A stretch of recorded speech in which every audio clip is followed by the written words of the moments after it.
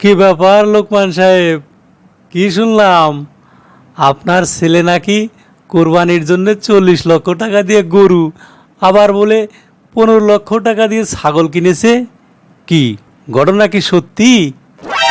আরে ভাই, আপনি ভুল শুনছেন। আপনি যার কথা বলছেন সে ছেলে আমার নয়। আমার ছেলে 40 লক্ষ টাকা দিয়ে গরু আর 15 লক্ষ টাকা দিয়ে ছাগল কিনেনি। আপনি ভুল শুনেছেন। হে হে, এখন তো আপনি শাক দিয়ে ঠিকই মাছ ডাকার চেষ্টা করছেন। আমরা কিন্তু বুঝি ভাই, বুঝি। আমরা কিন্তু ভাত খাই, ভাত। আপনাদের মতো ভাতের বদলে আমরা কিন্তু বোতল টানি না। হ্যাঁ, কথাটি মাথায় রাখবেন, মাথায় রাখবেন। চাচা, আসসালামু আলাইকুম। আরে দাঁড়াও দাঁড়াও দাঁড়াও, কি শুনলাম? তোমার ছেলে বলে 40 লক্ষ টাকা দিয়ে কোরবানির গরু কিনেছে, আবার বলে এই 15 লক্ষ টাকা দিয়ে ছাগল কিনেছে। হ্যাঁ, আসলে কি ঘটনা সত্যি?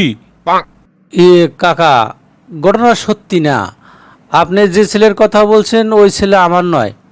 আপনি ভুল শুনছেন কাকা, আপনি ভুল শুনছেন। ঠিক আছে, আসি, আমি আসি।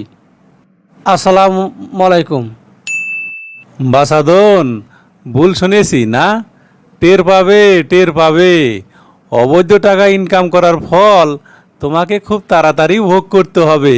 হ্যাঁ, কারণ মানুষজন তোমাকে নিয়ে যেভাবে আলোচনা সমালোচনা করছে, সেখানে এই ধরনের উল্টাপাল্টা কথা বলে নিজেকে আড়াল করতে পারবে না, পারবে না।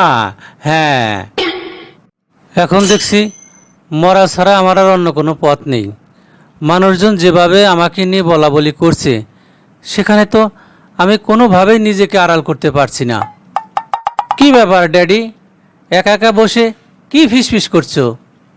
এই খবরদার, আমাকে ড্যাডি বলবি না। আজ থেকে আমি তোর ড্যাডি নই, আর তুইও আর আমার সন্তান নস। বুঝতে পেরেছিস? ইয়ে, কি বলছো ড্যাডি? এসব কি বলছো? তোমার কি মাথা ঠিক আছে?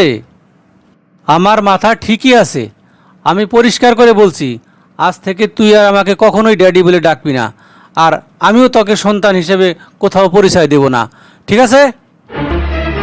কি ব্যাপার, ড্যাডির কি মাথাটা তো নষ্ট হয়ে গেল নাকি? হ্যাঁ, জগতে কত মানুষ অবৈধ টাকা ইনকাম করছে, আর আমরা অবৈধ টাকা দিয়ে কুরবানি দিচ্ছি, আর এর জন্য পিতা পুত্রের সম্পর্ক থাকবে না? তা কি করে হয়? না, ড্যাডি 100% পাগল হয়ে গেছে, একেবারে 100% পাগল হয়ে গেছে।